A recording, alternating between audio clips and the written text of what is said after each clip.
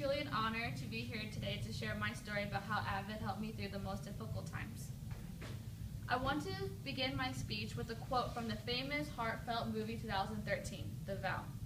Life is all about moments of impact and how they change our lives forever.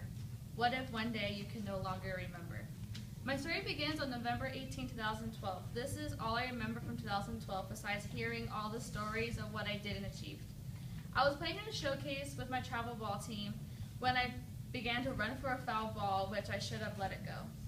For some reason, I darted towards the ball, hoping I'd make some spectacular play, hoping that all the college coaches would be watching. But the only thing that those college coaches saw was me diving head first into a pole and being taken off the field by the ambulance. To be honest, I have no memory of this. All I have are pictures in my room with me in a neck brace that said homecoming. I don't even remember if I went to that dance or was being asked. On December 19th, I attended the volleyball banquet. I won MVP, but couldn't recall a single game. From November 18th to the middle of January, I wasn't walking around the halls at school. I was laying down at home because of the daily chronic headaches I was suffering. I was in pain, I was confused, I was forgetful. I wasn't the same Camille anymore, and in fact, the doctors had no idea what was going on with me.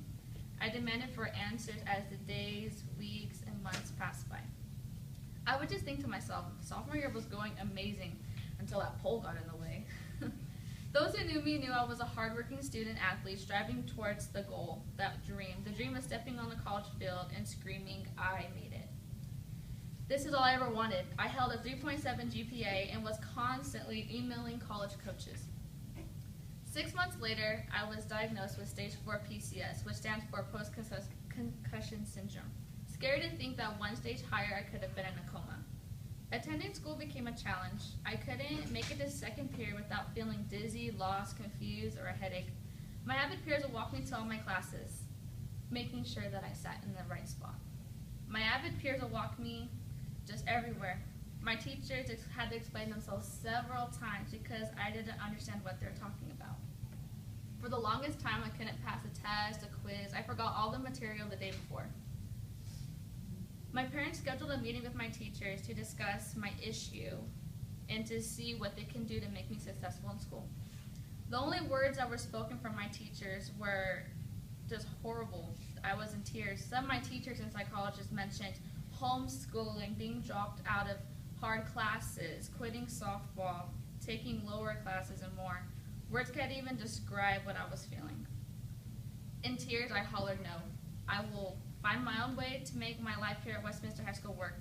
I walked out of that conference room with my head held high and my glove in my other hand. The walk to the baseball field seemed like it took forever. I debated in my head, should I follow my dreams or should I just turn away? I had to do something to change, something that I had to change in studying and learning. So I did what every AVID student would do. I took notes. Tons of notes, tons that filled my binder, just to get that passing grade. I managed to use my time wisely with overload with extra work. I worked twice as hard in AVID and made every minute count. At the time, the only people that supported me were pretty much my AVID family, my AVID peers that always stood by my side. My AVID family was there to remind me about upcoming tests and how to study for them. Every tutorial, I would sit with a small group and ask all the questions I had in my head. They were always there to encourage me not to give up. Now that I'm recovered, I'm looking forward to returning the favor.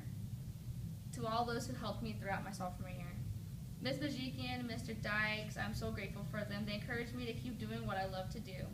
And it worked. They demonstrated that repetition in my notes will be really helpful, and it made class less difficult. They were always there for me when I needed them. With their help, I was able to obtain an iPad from Ms. Schwartz. And that helped me keep organized. Despite having all the symptoms I have today, I've been able to be successful. Without AVID, I wouldn't be who I am today. Because at AVID, I'll be joining the class of 2015. Thank you, AVID.